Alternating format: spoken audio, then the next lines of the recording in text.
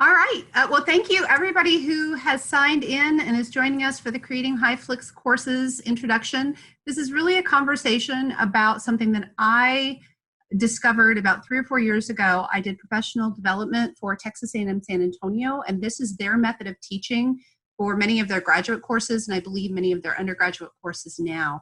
And as we move through this pandemic and looking at fall, this was a conversation I started having with a few people and realized that the term HyFlex and the concept, there are some people who are using it, but it isn't a big conversation. And I'm not the world's foremost expert, but I certainly thought it was a conversation that I could start and we could start thinking about how this might benefit us. So as we go through this, I am going to talk a little bit about what HyFlex is so that we understand what the term is, talk about some research. What are the benefits, maybe the downsides, always downsides in everything new we try, and then give a little bit of a brief how-to and a Q&A. So I'm going to keep it pretty short so that we have a lot of time to have a conversation about it, because that's really what this has to be. It has to be a conversation. All right, so this was pioneered by Dr. Beatty at San Francisco State University. It's his baby, and most of the research is going to cite him very heavily for good reason. He was the first not only to start this as a concept and really ground it in research and method, he also was one of the first to do published research on it and do best practices and really promote this option. So I want to give full credit to his particular work. It has spread like wildfire since then. He started it back, I think, in about 2007, 2008. And now you're going to find it globally everywhere from Michigan to Egypt. So it has become a much bigger concept. It started with grad schools and then it moved on to bigger lecture classes. So it's really become a concept people are starting to embrace. I know I have friends at the Alamo colleges who are already doing this. They just didn't know that there was a name for it. So what it is, it's really a multimodal form of instruction. What we're doing is we are doing face-to-face instruction in a classroom, just like we would normally do with our students. But we're also offering them a synchronous online opportunity so that they can be at home or they can be somewhere else at their parents' house, wherever they need to be watching live with a webcast, or they can choose to participate in the class asynchronously online through the LMS. So we're allowing them to choose on any given class period how they want to attend. So it could be that particular day, they're not feeling well, but they want to make sure that they're interacting with the professor, so they join synchronously. It could be that they have to work at that time, or potentially they have a childcare issue, and so they need to join asynchronously later and watch a recording of what happened in the classroom and participate through the LMS as if it were an online course. And it's all inside the same course. So when a student registers, they're registering with the understanding that they can do any of these on any given day. So the underlying principles that Dr. Beatty promoted with the HyFlex concept are these four.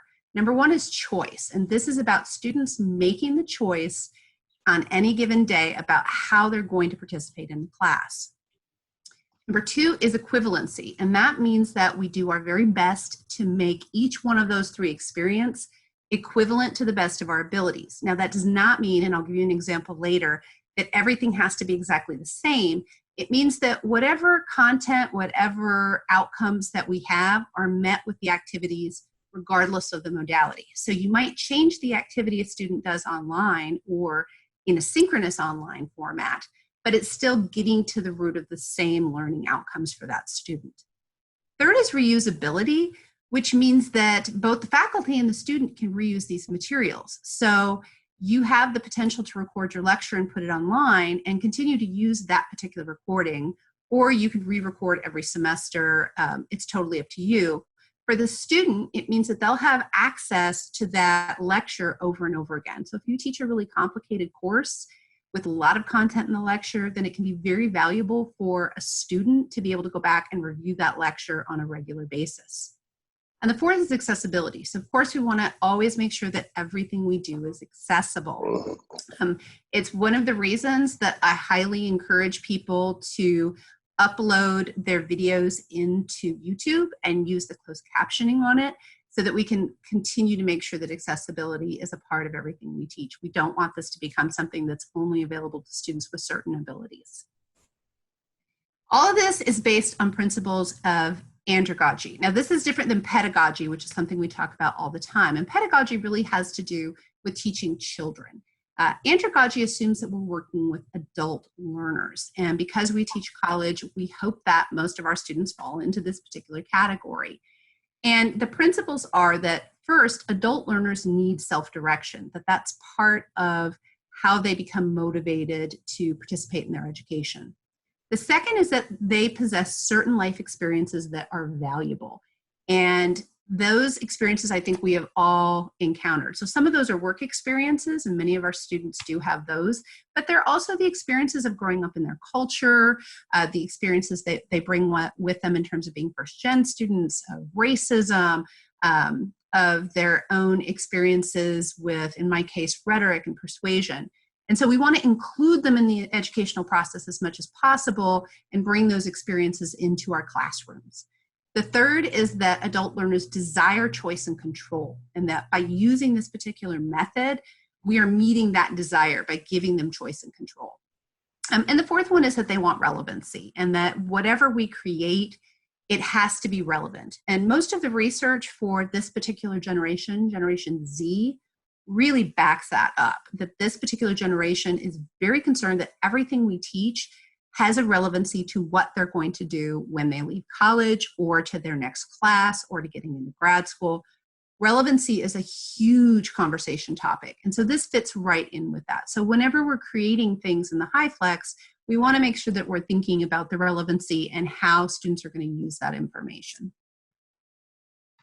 Now I want to talk a little bit about some of the data, because this is not a really well-researched area now. It's about a decade old, but there is research out there, so I did want to share with you some of the data. And one of the number one questions that I get when I talk about this is, well, does that mean I'm going to be talking to an empty classroom? And the research doesn't bear that out.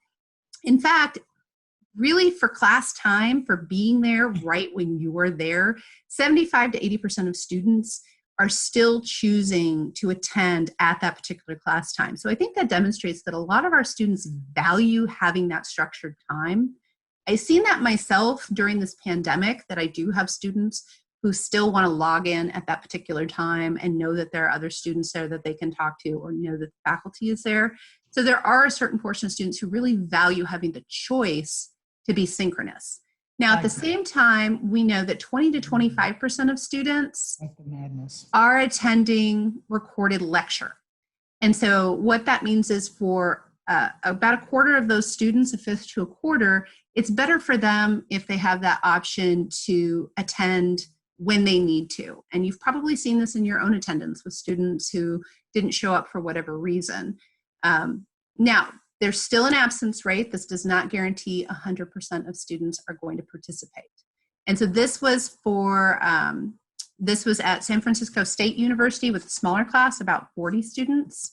Now, if we look at some data from OSU, Ohio State University, they did this with a larger statistics course. So they were dealing with hundreds of students, and these were their statistics that they shared. So they had about 50% attend the large lecture. So if you had 150 students scheduled, you'd expect to see about 75 in the room. 23% then were online and synchronous. And so that almost gets us to that 75% that they were reporting at San Francisco State in terms of people who wanted to be synchronous. 22% were watching the recorded lecture, and their absentee rate with their undergraduate large lecture went down to 5%, which I think for an undergraduate large lecture class, a 5% absent rate, a lot of us would be really happy with that. So these numbers, I think, were pretty persuasive to me that students would value having this kind of choice. Let's talk a little bit about the benefits of HyFlex. Obviously, flexibility is the number one benefit. Students like having the opportunity to do things in a flexible way.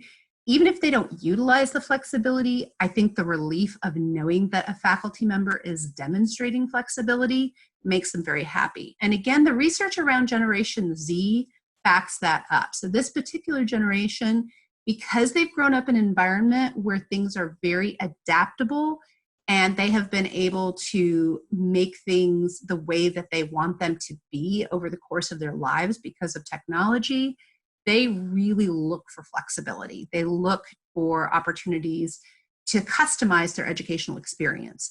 So that brings us into that student choice piece, because flexibility and student choice go hand in hand.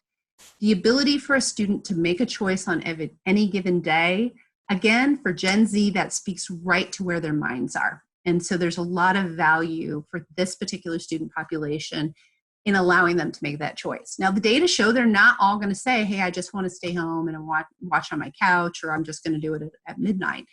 The bulk of students still want to be in this face-to-face class, but they like that opportunity to make a decision. And then that final one is attendance. So if you are teaching a large lecture class, or if you are teaching a class maybe early in the morning or late in the afternoon or on a Friday where you struggle with attendance, this can boost those attendance numbers. And we know that attendance is correlated to grades. So being able to boost attendance numbers, regardless of method, can really help us in terms of those DFW rates that we worry about so much. Because students don't have a reason not to attend. There's almost no excuse why they can't be in one of those three modes, unless they were really sick, in which case that we would treat them like we would any other sick student. All right, so let's talk about how this would benefit you during this particular pandemic issue, because that's really what got me thinking about having this conversation with some faculty friends of mine.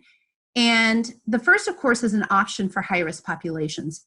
As we look at going back in fall, one of the things we have to consider is how are we protecting our students who are just not going to feel safe being on campus for whatever reason. So whether it's because of their age, whether it's because of health, whether it's because they're taking care of an elderly relative or small children, there are going to be students who just don't feel safe sitting in a classroom. And so this provides them an option to participate in the class in a synchronous way, or have that option again of doing it later on in the evening, maybe when they don't have as much going on.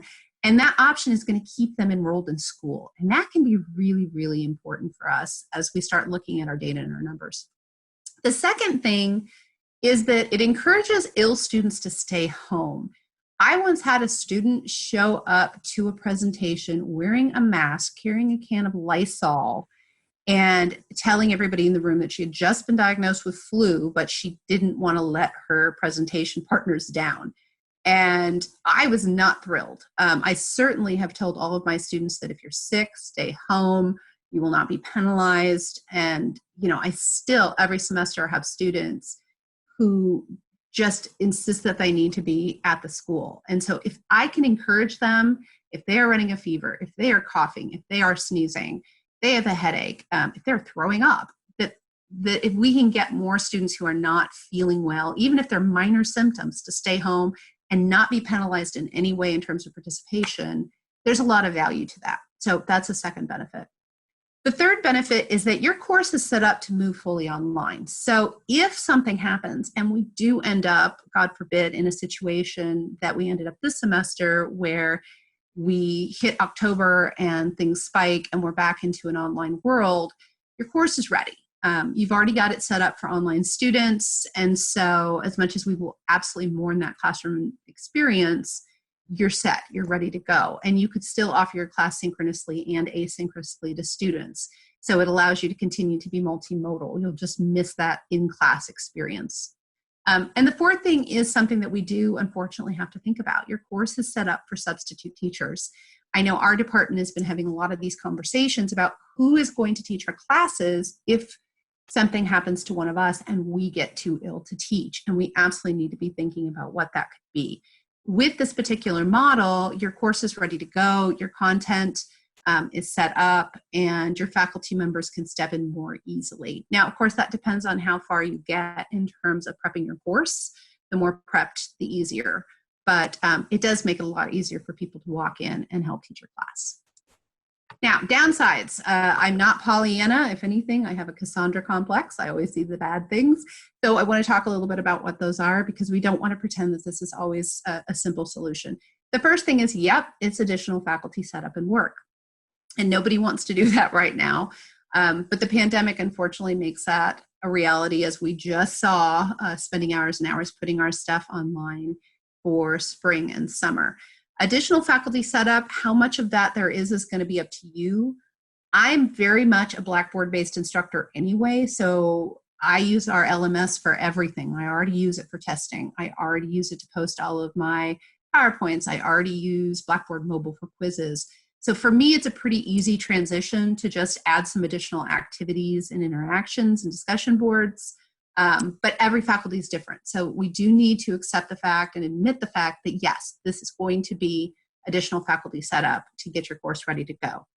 The second thing is adapting your teaching style. So if you are somebody like me who walks around the room a lot, or if you use a lot of groups, you need to be willing to do some adaptations to that. It doesn't mean you abandon all of that, but it means we need to be thinking about the fact that we are recording our lectures, that we need to be reminding to incorporate our synchronous members of the audience. I'll talk a little bit about how I do that in a minute. And so we do have to attach a little bit of camera presence and magic with the Hollywood flair in terms of adapting our teaching styles, so that people who see us in the web format can see us in our best light and don't just see a blank screen as we walk around the room talking. And I'm talking to myself too. I always walk around the room when I lecture, so I'm going to have to remember to make sure that a camera can see me and follow me or stay put.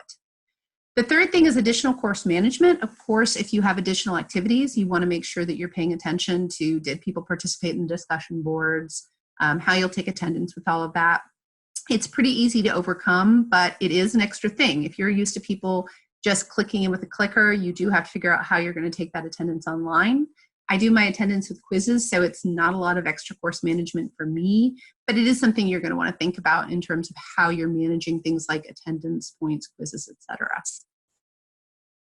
All right, now let's talk about effective benefits for students. So the research shows that student response to this is hugely positive. And at a time when so many things in their world are negative, having faculty members give them flexibility can be a huge positive part of their educational experience. So when Dr. Jackie Miller at OSU reported her findings from her students, and again, she was doing that large lecture, what she found was that 95% of her students really preferred having options. Even if they didn't take the options, it was simply that thing where they knew that they had an option if they needed it. And so really had a high effective benefit to what they thought of the course itself. 95% also reported an increased understanding of the material. Now, she did not report a huge significant difference in terms of improvement of the learning outcomes. There was some, but it wasn't hugely significant. But the students themselves felt like they understood the material better. And so again, having that positive understanding of your learning can be a real value. And then 70% felt that it improved their participation, that they were able to participate more in the class because they had these particular options in terms of choosing a HyFlex. Okay, so let's talk a little bit about how it's done, and then I want to get into some discussion. In terms of setting up a HyFlex, it is really exactly the same as setting up your face-to-face class. You start with learning outcomes at the center, and that's what we do with every single class. What are the learning outcomes that I have for my class on any given day? Once we have our learning outcomes set, then it's a question of putting together our materials, the things that they are going to utilize outside of class. These can be your books, they can be videos, they can be websites. They're going to be all of the different things that they're going to interact with before class to start learning the materials, and then potentially after class as well.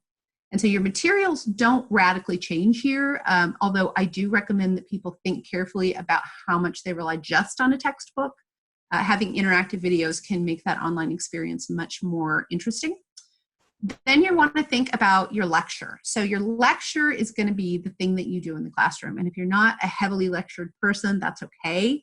But you do get together as a class and you do share some kind of information. So how are you, the teacher, involved in the lecture process? And then the third thing is your activities. If you're more of an active learning person, then you'll probably have a very small lecture and a very large activity based. If you're working in a large lecture environment, you might have a large lecture and a smaller activity-based. But no matter what, you should have activities in that room that are keeping students engaged and helping them apply the concepts as we go. So this is true regardless of the mode that you're using. So what are the requirements for HyFlex? Well, number one, effective lecture. We need to be using our best practice techniques in terms of lecture. And that means being well structured. It means chunking our lectures so that students have breaks in between to do the activities. I'll talk about that in a second. It means that we are using good stage presence, good voice, good vocals. We're not writing on the board and our students see our back the whole time. So we want to make sure that we're using the most effective lecture that we can, especially because once this is recorded, students will be able to go back and look at that over and over. So the clearer that video ends up being for us, the better. It is okay if you want to re-record your lecture because you didn't think that it came across well in the video, or if there was a hiccup. A voice over PowerPoint can be effective, but you might lose some of that interaction in the classroom. So it depends on how much interaction you have in your classroom. The second thing is equivalent activities. Equivalent activities means that whatever you're doing in the classroom, you want to have something for the students who are watching synchronously to do, and then something for students who are doing it later to do. And so that everybody has an activity that gets to the same learning outcome. Doesn't mean it has to be the same activity. So it could be that in your classroom, having a group activity of 4 people is really important for helping people understand the concept.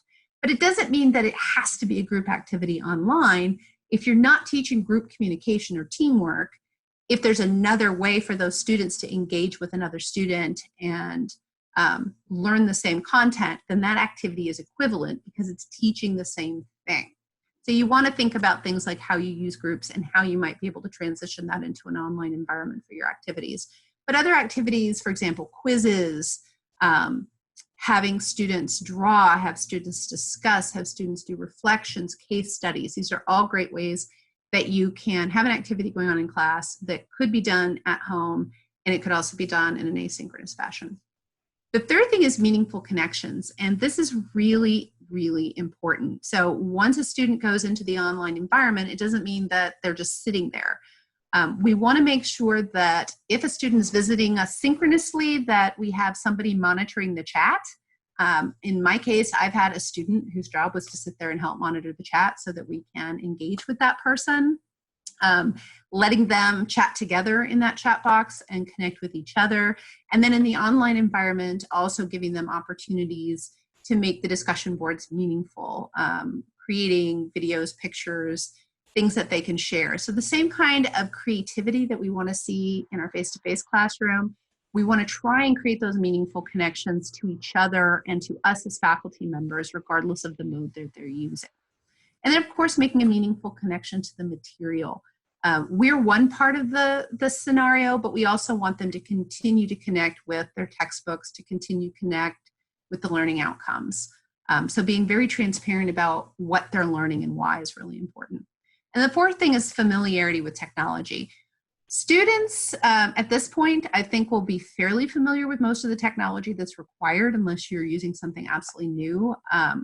But it's a lot of times the faculty's familiarity with technology. So we might have some hiccups here and there that we need to go through. So just like when Ryan and I were setting up this webinar, I have 2 potential cameras I could be using, 3 audio, 2 mics, and trying to figure out which one we were going to be using. It did take us a minute to do that. So maybe spending some time before the semester begins to get familiar with the technology that are in our rooms already, establish what technology we want to use in sort of a practice environment would be helpful. But identify your technology early and become really familiar with it before you try to deploy it in the classroom. Yes, I've seen things hiccup. I have seen people forget to record their lecture when they thought they were. I've seen people forget to stop recording their lecture. So yeah, I've actually had a lecture that had no audio to it. So there are hiccups that happen. I had to re-record that lecture. But all in all, it worked out. And none of those ever destroyed the class or made anything not work. It just ended up showing that I'm human. The students kind of got a chuckle out of it, and we fixed it in the end. All right, so creating engaging lectures is really important, and engaging means active. It means that we need to make sure that we're not just talking and becoming our own little TED Talk. So we need to structure our lessons in ways that are chunked. So when you're thinking about your lecture, breaking it up into 3 topics is a very easy way to think of it. And you can see at the bottom here, this is all founded on whatever learning they did outside of class. So obviously the first thing a student should be doing is whatever text, reading, homework, things that you need them to do to be prepared for class. So that should be foundational in all 3 modes.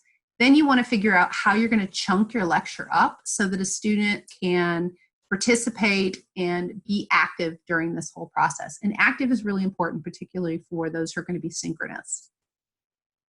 So that then blends into what course activities. So what do you want students to do? So thinking about the students who are in your class and then the students who are going to be doing this at home, what are the activities that you're going to design? And then you're going to blend those activities in together. So it looks like this. You're going to introduce your topic. You're going to talk about the topic in a lecture. And you're going to pause. And you're going to say, okay, this is the activity we're going to do. If you are watching this at home, pause here and do whatever activity you want them to do. So they know that they can pause the video and then you tell them when to come back. I recommend having a slide that says pause here so they can actually visually see when they should pause. And they can go do an activity that's equivalent to the activity that you're doing live. And then you go on to topic 2. And then again, you have your activities, and then topic 3, and then a closing. And if you have a longer class period, of course, if you're doing a 3-hour class, you're doing an hour and a half, you might have more topics in. But the idea is that you have lots of breaks in between and that your video that you have recorded is set up so those breaks are really clear to your online learner. They can pause that video. They can do an activity that's equivalent to what the class is doing, and then come back and go continue on with your lecture. And that's a big part of what makes this equivalent. It's those activities. So we don't want to let those slide. So this is the basic lesson structure that you're going to have for any HyFlex type of course. Now, it's really important if you choose to do this that you set up a checklist so students don't get lost. Particularly if this is their first time going online. Let's say it's now October, everything's been going great, but it's October 21st. All of a sudden they are busy, they're not able to make it to class, and they go into the online environment for the first time. You want to make sure you've got a checklist. If you are online, these are the 3 things you need to do today, so that they know, watch the video, do this activity, go back to the video, do this activity, go back to the video, take a quiz. So that's an example of a structure you could set up. If they don't know what to do, they're going to get lost, and you're going to have a bunch of emails from people telling you that they're not sure what to do. So you want to make it crystal clear for people who are participating asynchronously what it is that will get them credit for attending for that class and what they need to know and understand. So here's an example of how you can set up your activities. So face-to-face, we might have a lecture on something, and then small group discussion with 4 or 5 students. Synchronous students would be able to collaborate and have that same discussion in the chat room and come to a conclusion together. And then your asynchronous could go on to a discussion board that you have already set up and have that same conversation in the discussion board. If you're doing large lecture, you could break up those discussion boards by threads and tell people if there are like 5 or 6 people already in the thread that they should start a new thread. But the idea is that the conversation happens regardless of where they are. Face-to-face, you could do a 1-minute reflection paper where they just handwrite based on some kind of prompt. Have the synchronous students do the same thing, and they could submit that via Blackboard. And the same thing with the asynchronous students. They can submit that via Blackboard. And again, the reflection is the same, the prompt is the same. How they turn it in is up to you. You can actually do a Blackboard mobile quiz that is essay-based, where the students type their 1-minute reflection right into their computer, laptop, or phone face-to-face. And so all 3 modalities can be doing a reflection and turning it in exactly the same way. People say, well, you know, I'm worried my students won't be able to type that well on a phone or a tablet. Then they haven't met my 12-year-old, because they can pretty much write a treatise on those things. So a 1-minute reflection comes out pretty well. And then same with quizzes. I actually do all of my quizzes using the Blackboard mobile app so that students can take it on their phone if they're in class. They can take it at home on their computer if they want to take it synchronously, or same thing, asynchronously. So if you do things in Blackboard mobile, that can be really helpful. A few helpful tools to consider if you're thinking about going with this particular model. Number one, Blackboard mobile quizzes that I just mentioned. The students can download the app for free. You just make sure that you set your quizzes up as Blackboard mobile quizzes. That's one of the options on the dropdown. If you do not set them up that way, they cannot take those quizzes using the mobile app. And we all know that Blackboard on a phone looks horrific. My Canvas people are laughing at me right now because they're like, ha ha, ours works better. But this is one of the quirks with Blackboard, unfortunately. You do need to set it up as a mobile quiz. Blackboard Collaborate is a key tool for doing the synchronous piece. It's the thing where you'll be able to record and do the chat, do the webinar, and all of that. So students will be able to log on right through Blackboard and be in the classroom in a very private way. Polling software has been popular. I do not use it in my class, but everybody I know who has used HyFlex loves polling software because students who are at home can participate polling, and students who are face-to-face can participate polling. And then when the class meets again, they can pull in the synchronous polling as well. So if you are familiar with polling software and you like polling software, it is a very popular way of incorporating student feedback into a live class that works pretty well in a HyFlex mode. The last thing I recommend, if you do not work in a building that has a lot of technology, and I know we sometimes don't know what rooms we're going to be in. I know in the main building where I am, most of my rooms are outfitted with good camera technology. I know the business building is well outfitted with microphones and cameras and all sorts of tech. But when I head over to the MH or the MS building, not so much. So investing in a Logitech HD webcam, which is actually what I'm using right now, is really helpful. It's incredibly light and portable. It's about that big. And you just pop it onto a USB and it does a really good job of recording. And then the USB lav mic will record you wherever you are as well. And so for about 50 or 60 bucks, you'll have your own little portable web system for doing your recording. That can be pretty handy if you are teaching in different rooms, and some of those rooms don't have that recording capability that that we wish that they had. So that's something to invest in if you do decide to give this kind of thing a try. All right, so the webinar goals. I want you to understand what this thing is, explore the benefits and downsides, and give a really quick how-to with this. Again, I'm not an expert, but I do know that there's a lot of value in thinking through how we're going to do fall and maybe thinking that this might be one of the solutions. So with that, I do want to share some sources and resources for you. I have a form that Dr. Beatty created to help people think through creating the HyFlex process. It's basically a backward design. I'm happy to send anybody. I'll actually forward it to Ryan and he can post it to our website. But those of you who are not within UTSA, just shoot me an email and I'll make sure you get that. And so with that, I will open this up for questions, comments. Snarky remarks are always welcome to.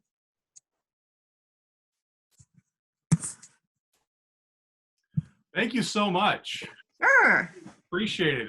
I'm sure we're going to have questions.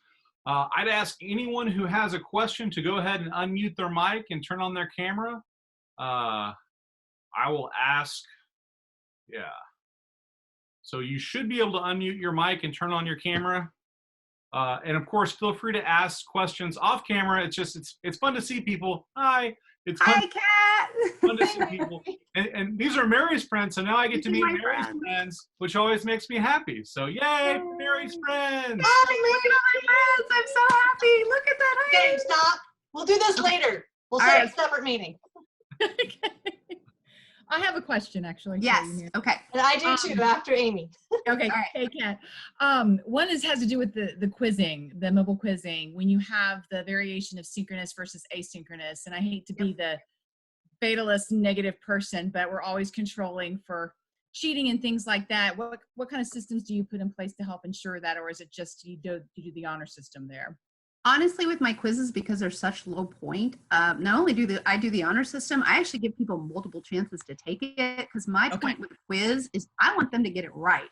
I want them to think about what they screwed up and why it's wrong and what they need to do to fix it, because once they get to the test, it's much higher stakes. So my quizzes are really about showing that you were there that you understood the material. And if you didn't understand it, what do I need to recover to make sure that you're going to do well in the test? So my quizzes are like 5 points. They're very small. And the students know that. A formative type of thing. Okay. They're All right. formative assessments. Yeah. Okay. Now, other people probably have better ideas about that, but yeah, and they're all timed too. So if you spent too long trying to cheat, you're gonna have a very good. And okay. I use pools. So you can pull from a pool of questions, so they're not all going to get the same question, and that makes it much more difficult to cheat in a timed environment. Sure. Good. Okay. Good question. Thank you. Hi. Who else? Kat, you had a question. Yeah, so Catherine McGuire, Department of Communication at Wayne State. And I'm actually trying to set up some rooms to do this. So we are looking at technology now. And so maybe some of this is too weedy, but it's more like, do you put the camera, like if you're gonna have a meeting package that has the kind of the auto zoom cameras and drop down mics that pick up so you can do the So the best tech I've ever seen on this is the kind of camera that follows the person when they're talking so that you can move around a little bit. And I will say I taught in our business building this year, and they didn't just have a mic drop down from the ceiling for the lecture. They had them dropped all over the place for the students as well, so everybody could hear. Now that's a high end, that's business school. They've got the bucks to do it. If you have the bucks to do it, then not only is the instructor's voice getting heard really well, but then the student voices as well. The lav mic is great because it does allow you to move around, and you can, sort of take it off and hand it to people who are asking questions. But then you risk losing a lav mic if you're sharing it among different people. But if you can afford the higher end setup, I think the cameras, I taught the HyFlex in a department that the camera didn't move, and it was set way back in a corner, and whoever mounted it really wasn't thinking about the instructor having to move over to the blackboard. They assumed you'd have to be at the podium the whole time, which meant anytime the instructor needed to go to the blackboard, they were out of frame. So that's the one risk if you just mount it and you can't move anything at all. The advantage of the Logitech webcam is you can shift it a little bit, so I can actually move. I can literally just do this, and you can see the rest of the room very quickly. And the other question I had was kind of, I think you hinted at one of your slides about having tech there, or a student assistant, or someone to manage the technology. And if I missed it, I apologize. But can you talk a little bit about how you manage that? So really, it's not managing the tech so much as managing the chat. So it's sort of like, if Ryan's managing my chat right now, he's watching the chat box. I don't have the chat box open so that I'm not staring at it when I'm talking to you. I've got Ryan over here saying, and we have a question from so-and-so, whatever. Your student can raise their hand and say, oh, we have a question from the chat board. Bobby wants to know if blah, blah, blah, blah, blah, blah, blah. Right? And so then you're not having to stand there and stare at the computer screen waiting to see if a chat comment comes in. So they're not really managing the tech, although you can certainly ask a student if you're going to move around to make sure that the camera follows you. I haven't had to do that. It's really about letting you know when somebody's raised their hand so that you're not distracted, if that makes sense. Other questions? I had a conversation today about how people, especially faculty who have been teaching traditionally for a long time, are struggling to adjust to an online paradigm. And I think this is a nice bridge between the two, right? Because I think a lot of faculty are like, wait a second, you want me to do asynchronous teaching, which is, from my perspective, that's great. And I'm kind of in that paradigm now because I feel like it's more equitable. And that's the other question I wanted to ask too about, so two questions. First question, what would you say to faculty who are struggling with taking on a HyFlex paradigm, who have been in the traditional model for a long time? And then my other question would be, how do you create equality between students who are there and students who aren't? Because those two different activities are inherently different. So different. Okay, so first question, I think is important to understand that it's not just faculty who are struggling. We have a lot of students who are struggling in an asynchronous online environment. And what we know from the research is that while the millennials had a higher preference for online learning, The Gen Z don't necessarily have that same preference. So we see that only about 25% of Gen Z report that they're in favor of an exclusively online asynchronous type of class, which aligns really well with the attendance data that we saw, right? So even if they have a choice, we're still going to see 75% of the foot traffic doing a synchronous course. So a lot of students are struggling with it for a lot of reasons. And I think faculty like me miss our students. And I do. I absolutely miss seeing my interpersonal communication students every day and seeing my small group students. I already had that relationship with my comm theory students because I teach them asynchronously online anyway, so it was a smooth transition. But if a lot of your energy, teaching energy, is coming from your students, you have to find another way of getting that energy in an online environment. I do that by incorporating a lot of videos, not my videos necessarily, although my students enjoy that I do those videos, but also by having them do a lot of videos for me. And so they can submit their reflections as a video. They can be very creative in what they do. I had one student who did his entire, I let them do a video explanation of a theory. He did the whole thing as a Muppet. He wasn't on screen at all. He just had a Muppet going, and it was hilarious.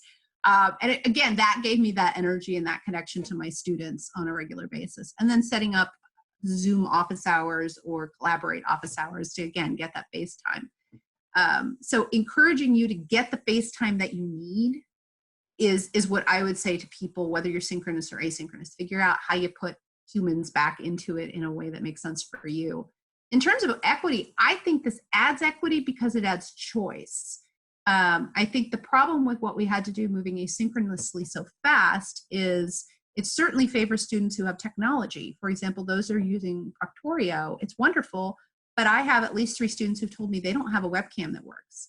And in fact, one of the reasons I use this Logitech cam is the webcam in this Dell has never worked very well. So, so that creates a bigger equity issue. Now, if they knew that they could come to class and or the library to do things, and that helps solve a lot of that equity issue to me. And especially for students who are going to have issues with health. Yeah. The idea of having to choose a synchronous or coming and risking their health is just that hurts me in terms of equity. But saying, if you have a health issue, you're still going to be able to have conversations with your classmates. You know, you can dialogue. A person sitting in the classroom can dialogue through that chat box with a person who is sitting at home, and they can still have those live engagements and those lively discussions, and they can still ask me questions as I'm lecturing. That to me adds to the equity of it rather than taking it away. But that's a perspective. I know there's always equity issues whenever you bring tech in. And I just learned that we can request webcams for our students. So those students, your yes. class, you can request that, and then they get. I know it's like trusting that a student would be able to swallow their pride and say, "Hey, I can't afford a camera." Well, the other thing is our library, and I don't know how it is at other institutions who might be watching this, but our library checks out things like webcams and tripods and different technology for students as well. So they don't even have to come to us and say it. They can go to the library and check it out as well. The other thing that I shared with my students when all of this happened is that our Goodwill, and probably Goodwills across the country, have a technology store. And that tech store offers things like this Logitech webcam for $5, and you can pick up a used netbook for, $20. I've seen their process for wiping and cleaning everything. I have met the tech guys who run it, and it is absolutely phenomenally done.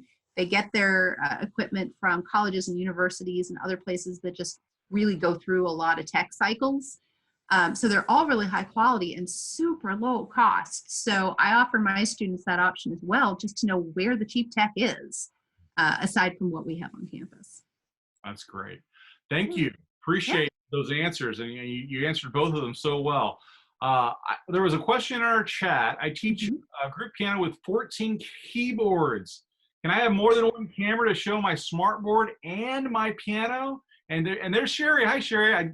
Thank you for asking the question, Sherry. Appreciate it.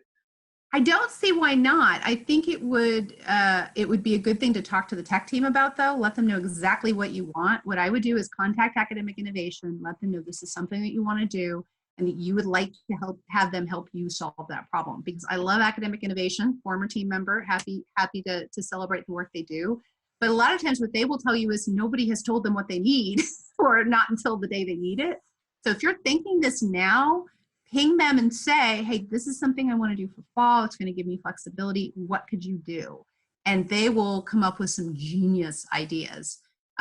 Because just thinking about the dock camera. So if you think about that dock camera that's in the lecture, imagine something like that could be over your keyboard, that the way it shows when you're writing, it could show your keyboard. And I'm sure they have something that can do that. It's just an adaptation. I'm just not wise enough to know exactly what it is, but I'm wise enough to know that they know exactly what it is.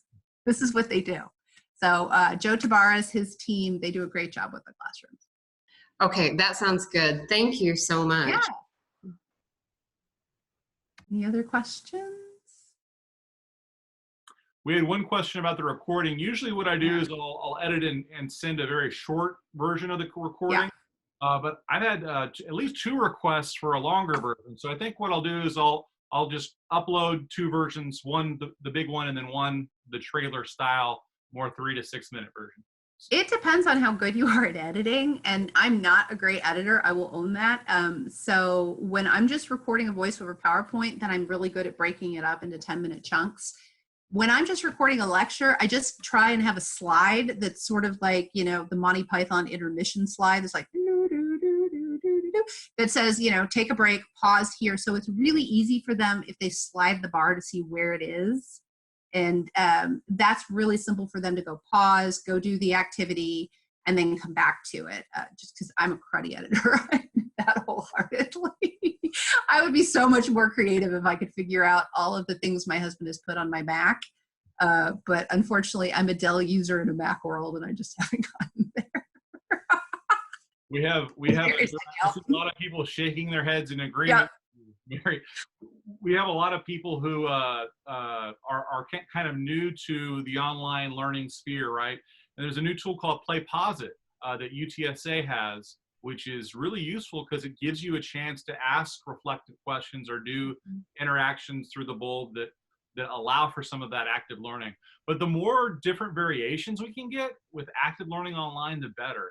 And I wondered if you could speak a little bit to that, because I think active learning is something that a lot of people struggle with, both in asynchronous learning and with HyFlex, especially the online component. Because I think most of us are used to the active learning face-to-face, but when we move to asynchronous or we move to HyFlex, there's a challenge there. So yeah, I mean, I think part of it is the word active. And I think in a classroom, we can visualize active, and online, we really don't. And so I guess in some ways I lean towards the word applied learning.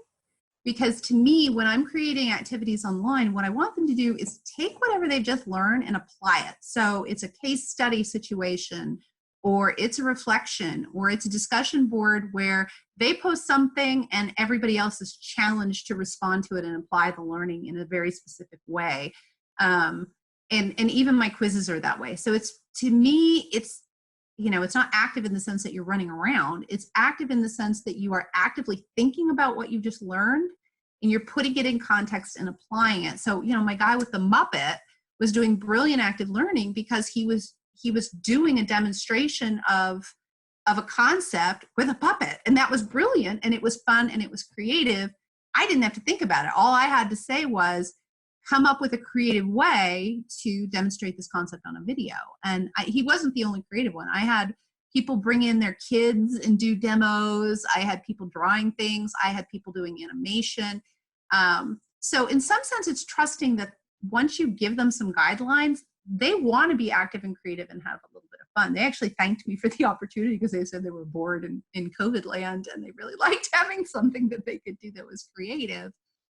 But sometimes it's also serious reflection. When I'm asking them to think about co-culture, for example, make them apply the concept of co-culture to their own world and give me very specific examples of where they found, where they've struggled in terms of it because of a co-culture, where they found benefit because of a co-culture. So, but it forces them to say, yes, I know what a co-culture is, and I do know how to apply it. So that's really what I mean by active learning.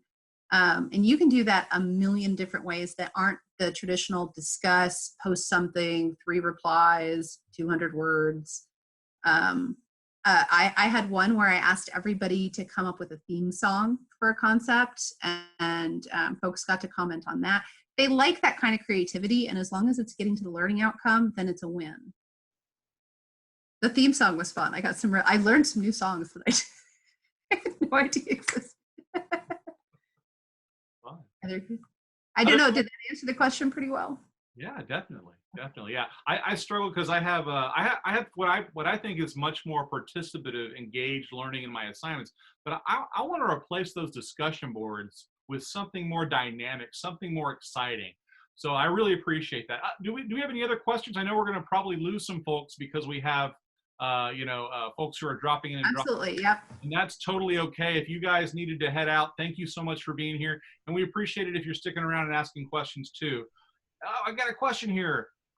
Amy asks, what is a good ramp up time for producing this type of course? Ooh, that's a great question, Amy. Hi, Amy. Hello, Mary. I feel like this is a UT Austin, graduate recovery group. Yes. I think we have to be realistic in terms of everything that we do with our faculty, because they do need a bit of a break over the summer. Right. At the same time, I think if you're already doing a really good job of being structured with your lesson plans, and you're already starting to think this way just in case things happen, it's not that hard. What it is essentially looking at what you do in the classroom. How do I teach this concept? Now, if you're prepping a whole new course, then it's just wrap it into the prep. If you already have your course set up, look at each lecture and figure out, what am I doing? Now, some people are going to have to admit they're not doing anything. They're literally just talking for 15 minutes. And this is kind of a, what my daddy, who was a preacher, said would be a come to Jesus moment. Yeah. That maybe adding some activities would have been a good idea in any sense. Right. But, and we have to say that. We have to say, okay, maybe I've been lecturing a lot and not having that interactive moment. Because if you're looking at your lecture and saying, well, we don't do anything in the classroom, so they don't have to do anything online, that probably says you probably need to add in those activities. So it depends on how people are teaching right now. Week to week, it's not that much extra work. When I taught it this way, the biggest thing was making sure that I had my list of activities really clear. So it was posting my learning outcomes, which honestly we need to be doing every single week. And it can be very simple. It's just like when I did this particular webinar, what are the 3 things you should walk away from? If I have not covered those 3 things, and I ask my students every single week, did I hit these 3 things? And they have the ability to raise their hand and go, I don't get that. Mm-hmm.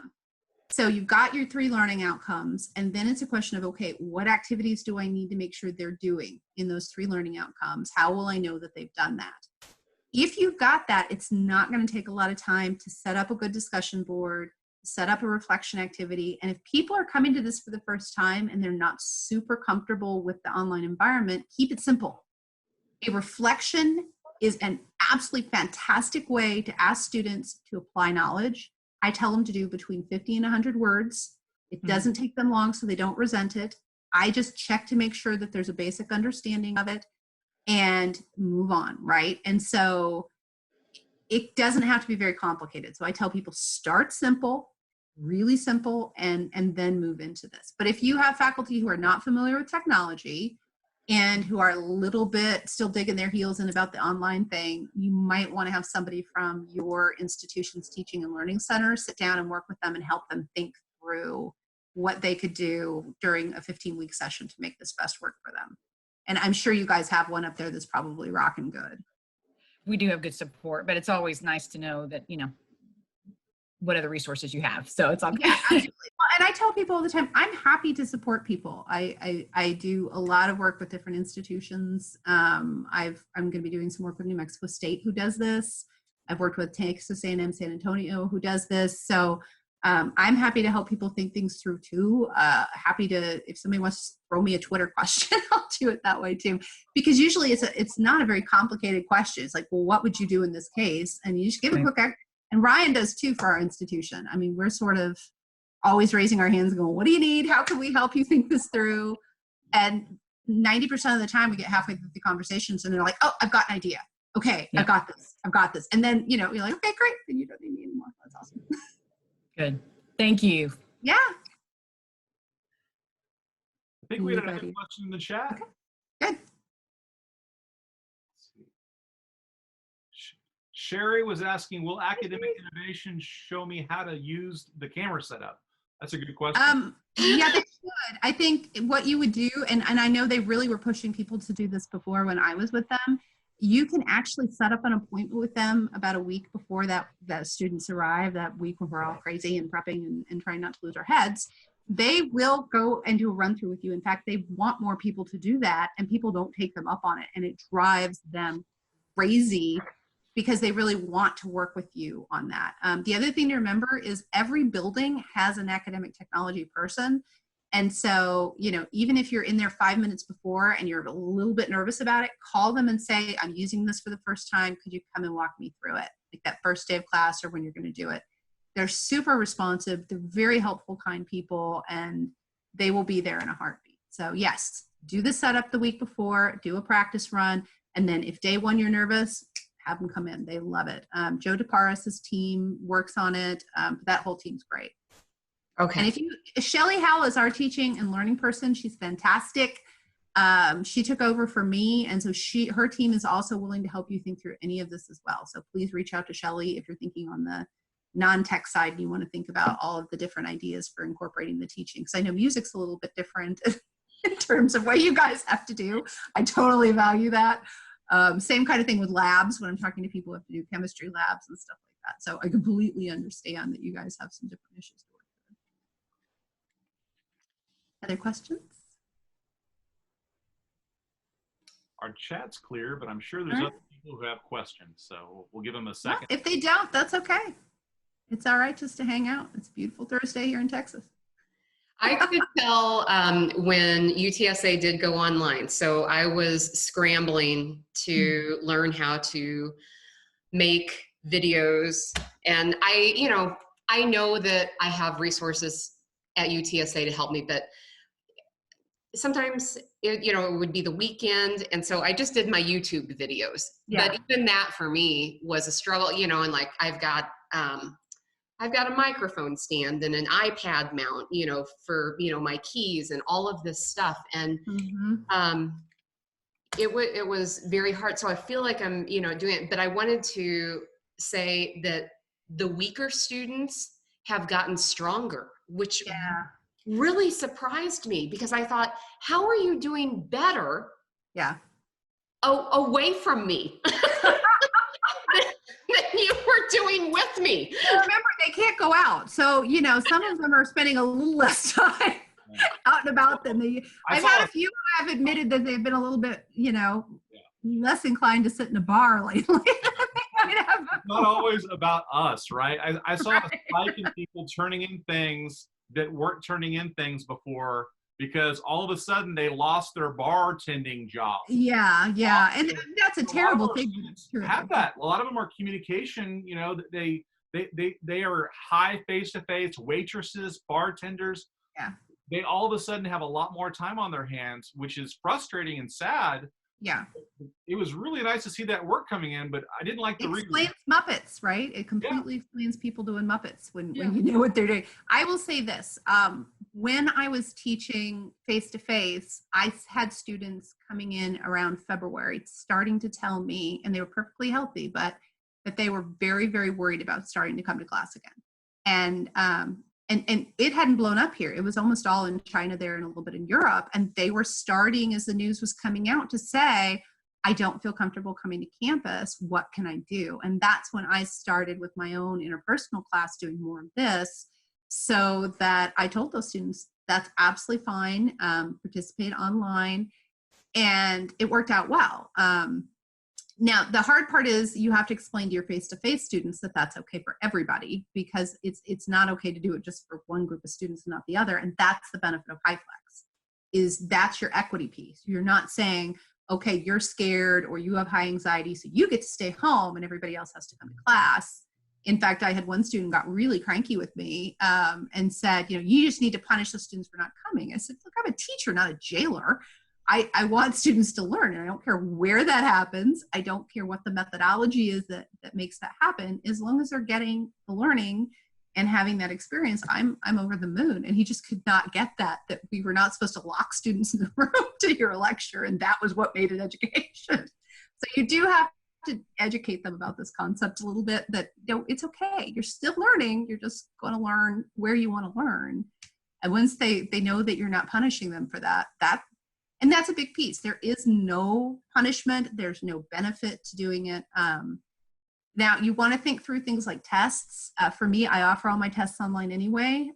I use a test pool. They have a timed window. All my tests are open book. So for things like tests and exams, you have to make sure you're thinking through how this plays into that.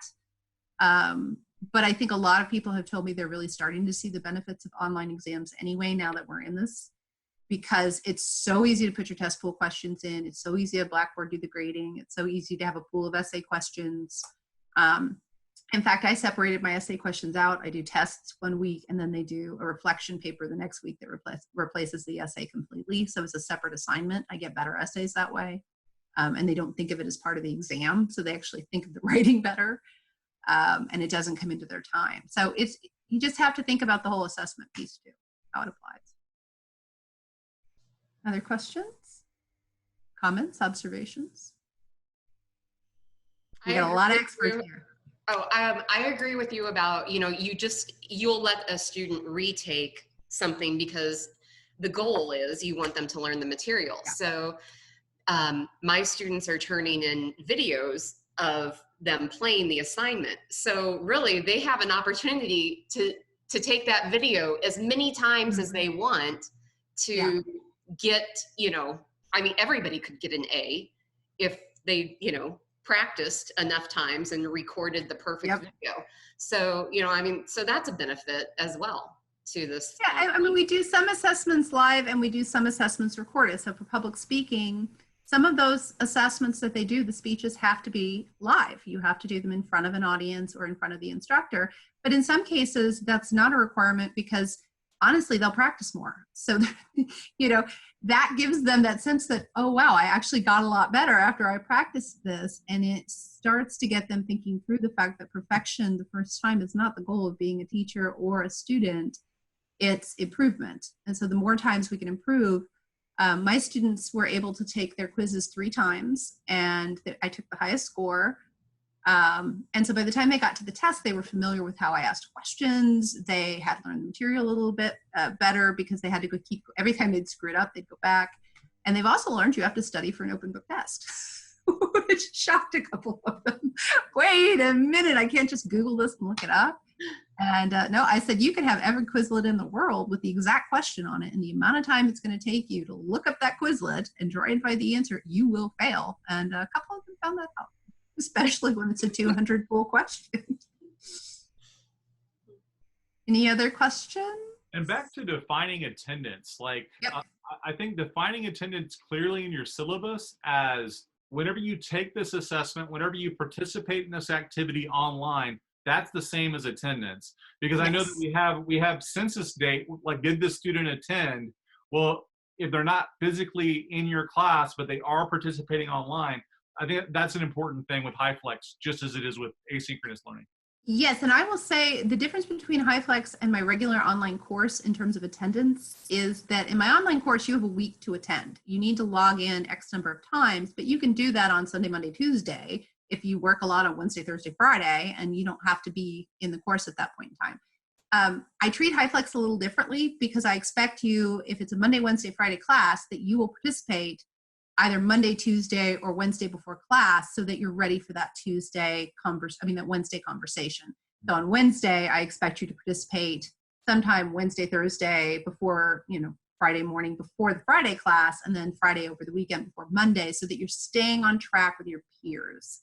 So it's a slightly different attendance model than my asynchronous online. You can do that however you want, but I find that keeps them on track. And it really does help them understand attendance in a HyFlex class is different than attendance in sort of an asynchronous open learning type of thing. Yeah, those two paradigms are very different because you're expected to show versus any time within a week. These are two very different learning models. And students need to know that too, that this is not, asynchronous does not mean anytime in 7 days you get all the work done. Now, you can make it that way if it fits how you teach. Mm-hmm. For me, I like to make sure they're keeping up with whatever the face-to-face students are. You lose some of that equity because if they pop in on Friday into the face-to-face class, because remember, they can come to any class they want, and they haven't done any of the Monday, Tuesday stuff, they might be lost walking in on whatever you're doing on Friday, especially in my class, because I devote most of my Fridays to activities. So we call it Fun Friday. And that activity doesn't have the meaning if you haven't done the work for Monday and Wednesday. That makes sense. I guess making sure that you set those expectations Yes. early, because I can see someone coming to HyFlex expecting asynchronous and coming to asynchronous expecting HyFlex and being very disappointed and or confused. So I think that goes back to setting those expectations in your welcome modules earlier. And having a syllabus quiz. I'm a huge fan, because it's very hard to say you had no idea what this class was about if you took a syllabus quiz that told you. So if I have students who said, I had no idea you had a late penalty, and I said, well, you got a 10 out of 10 on the syllabus quiz, and it's right there. And they don't have a real good response for that. So it does help. Plus, you can remind them. There's no reason you can't remind them that they need to do. It's very easy in Blackboard to send reminders, by the way, if they haven't done whatever the thing is. So if a Blackboard quiz has not been taken, you just click send reminder, and it sends a reminder to every student, and you didn't have to do anything except click that button. So 2 clicks, you've sent a reminder that they need to get it done. And that, once you do that a week or 2 in, oh yeah, I need to get that done. And you don't do it the whole semester, but for the first couple of weeks, it can be really, really helpful. I do it throughout the semester just because you do have students popping in and out who may not, they could be in November and it's their first time being in the online environment because they came to class every day. But it does. By the way, it also really helps around the time students decide to travel for things like spring break and Thanksgiving and all of that. If you're used to having sort of an empty crickets classroom the Friday before spring break or the Wednesday before, you don't have to make that choice. Do I cancel class or do I hold class, and then just hold everybody accountable for the material online if they choose not to come? So it helps with that kind of struggle that we all feel at that time when students are prone to skipping class, that, all right, just don't show up, but you're still gonna have to do the material. Yeah, definitely. We had another question from Sherry. Do you use Collaborate or Zoom in your classes? I'm a Collaborate person just to keep the students inside the program as much as possible. The best practice for online learning is to keep the students inside as much as possible. But the other reason is that Zoom doesn't have the security features that Collaborate does. And it's easier to track attendance of who showed up in Blackboard Collaborate because they're already right there. I can see everything they did. So I try and keep everything inside that. Now, my students aren't required to do everything inside it. For example, the team feature, the group feature in Blackboard is horrifically bad. I will own that. It's not a great tool, so I encourage my students to use GroupMe. I encourage them to use, Google, whatever they, Hangouts, whatever they choose for group stuff. I still assign their groups inside Blackboard, but that's probably the one area where I just don't mess with it, is with the groups. Otherwise, I try and stay inside the software as much as possible, because that way attendance, you can't blame Zoom for your attendance problems. And it goes back to defining attendance as participation in X activity instead of showing up for the physical. I will say that Zoom has gotten a lot better. Zoom has done a good job because they were the clear front runner in the COVID transition. They've added a security toolbar at the bottom, and we have a waiting room, and we have passwords now, which really I love Zoom. Yeah, it's not an indictment of Zoom. Part of it is that UTSA doesn't support Zoom. Yeah. We are not a Zoom campus, and they made that very clear when we switched over, that the 2 modes of communication they will support are Teams and Blackboard Collaborate. And so because of that, if you have a hiccup, if you get a really nice tech person, they might give you a hand, but they're going to push you right back to Collaborate anyway. And then for attendance, what? Oh, it's changing? I would love it if it changed. I love Zoom. There's nothing wrong with Zoom. They're slowly going to roll out. I believe, if I'm not mistaken, they're slowly going to start. Okay. Right now, they're working out all the kinks. Academic innovation is, and we will be notified sometime. I don't know when, but I'm very excited because I can't. Yeah, I've been using it for years. I love Zoom. I used it for professional development sessions. I'm a huge fan. Now, I will say, in terms of attendance, when I'm thinking about attendance, it's not just asynchronous attendance. It's also synchronous, because Blackboard can tell you what ABC 123 has signed in, which Zoom can't do. So if I'm trying to track attendance with ABC 123s, Zoom does not do that. And so that's kind of the hiccup that I have with Zoom is I have to go figure out when people log in is RJ, Bobby, whatever, who that is. And if you've already had to do that with email, that you're just trying to figure out who, Susie Q576, who happens to be in your classes. Hey, it's Susie. Just checking my grade, Miss Class, LOL. And you're like, okay, I have 300 students, Susie. I don't even have a Susie. When you find out it's her middle name, it's her nickname. That's what happens with Zoom because they all type in whatever they want. They're not using ABC. I'm hoping that they fix that whenever they're integrating and they're working. Oh, I'd love to.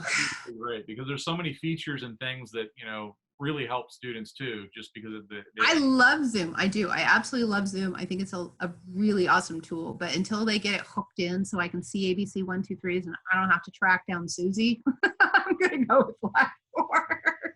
Yeah. One other thing, when you were talking about emailing students for quizzes and things like that, there's another tool called the Retention Center, which I think a lot of people don't necessarily use. I know you know about it, you use it, but I think a lot of people don't. Can you speak a little bit about that being a useful tool? Yeah, the Retention Center is really great in Blackboard because it's going to help you see what your students are doing when they're in, when they're not, when they're missing. The tweak with HyFlex is not all of them need to be doing the same things unless you're using the same tools across the board, which is why I use the mobile quizzes. So it doesn't matter if you were in my class or not. If the retention tool is telling you missed that, then I can send an alert and everybody is reminded that they need to do that. If you're having them handwrite an essay, then the retention tool is a little tricky with HyFlex because not every student needs that. Does that kind of help? So check that retention tool right now and it's going to tell you what your students have done and not done in your online class, and it will enable you to reach out to students who are missing stuff, who are struggling to check in with that particular student. It's very, very helpful. I do send my students a little bit of a heads up about the notes that are come from Blackboard because one, they can start ignoring them if they start just looking annoying. I tell them do not ignore the ones that say that they're missing work. They need to check on why they're missing the work and they need to come in and they need to do that work. Otherwise, they do get a lot of Blackboard. It's why I'm very careful about how many notifications I also send. It's sort of like getting spam and you're not sure if it's a real message that you need to read from your credit card company or if they're trying to tell you about some deal. If you're taking more than one class, right? If you're taking more than one class and each professor is using the same Blackboard notification system and all of a sudden your inbox, they're not going to see that message. It loses its effectiveness. Yeah, so you want to be careful. I send notifications unless there's a really good reason. I send a notification on Sunday. Everybody knows what time it's coming. They know that it's going to say, week 14 or whatever, test coming, things like that. So just be purposeful in what you put as your subject line so they know if it's, read immediately. Only use that when they actually need to read immediately because there's something urgent there. Good. I saw a chat come in. Yeah, I think we got some thank you messages. Any other questions before? I think we Hi, Deb. Thank you for being here. Yeah, thank you guys all for coming. Do you have any other questions before we adjourn? I'm gonna ask one more question at the end, but I want to make sure we have other questions before I do that. I just appreciate everybody coming. Yeah, we had a. Thank you, Sherry. I appreciate it. Yeah, and it's great to meet people too online. Hi. It's nice. It's very helpful. Thank you, Sherry. I've got all my notes. All right, touch base if you need anything. I'm here for you. Oh, you'll be sorry you said that. Thank you. I'm an extrovert. I need human contact. Yeah. No, I start out with 458-5555 with, hi, this is Sherry Downey, and I want to start by saying I'm sorry that you got me. Well, look, this is what extroverts are for. We're like, we desperately need human contact. But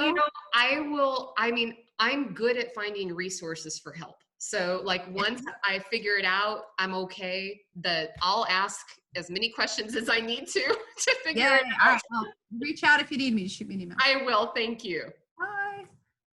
Kat, are you in Hawaii? Is that what I'm looking at right now? I'm jealous.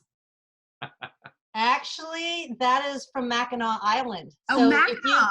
you got to come to Michigan and enjoy the beautiful Mackinac Island, which if you think it looks like Hawaii, that just tells you how awesome our Great Lakes are. Do not tempt me. It's 95 degrees here already. Oh, it's going to snow this weekend, possibly. All right. God bless Texas. Any other questions, guys? All right. So I wanted to ask what your Yeah. top reasons for using. Well, any other questions first? I want to make sure. No. Okay. I want to ask what your top reasons for using HyFlex. The best case for HyFlex in a sentence or two or three is. The best case for using HyFlex is to provide students maximum flexibility and choice in terms of completing their own educational goals. And that's across the board at any period of time. In this particular pandemic, I think it provides the maximum flexibility and choice for people who have anxiety, concerns, care for others, and allows them to feel like registering for fall is not going to be risking their health. I think there's a population right now that's absolutely celebrating coming back to fall campus. I know I really miss everybody. And then there's another population who is thinking, this is putting me at risk and I'm terrified and maybe I need to drop out of school. So if we can reach out to students and let them know that we would be willing to do a HyFlex model for them, I think we'll be able to keep more students registered. We'll be able to give them that peace of mind that the semester isn't going to suddenly crash on them, and send them that message that we really truly care about every one of them, regardless of what modality they want to do. So those are really the two big reasons that I think we need to be doing HyFlex right now. Awesome. Thank you so And I'll much. be doing it. Thank you All so right. much, Mary. Yeah. So Thanks, appreciate Mary. so appreciate it. Bye. Good to see you.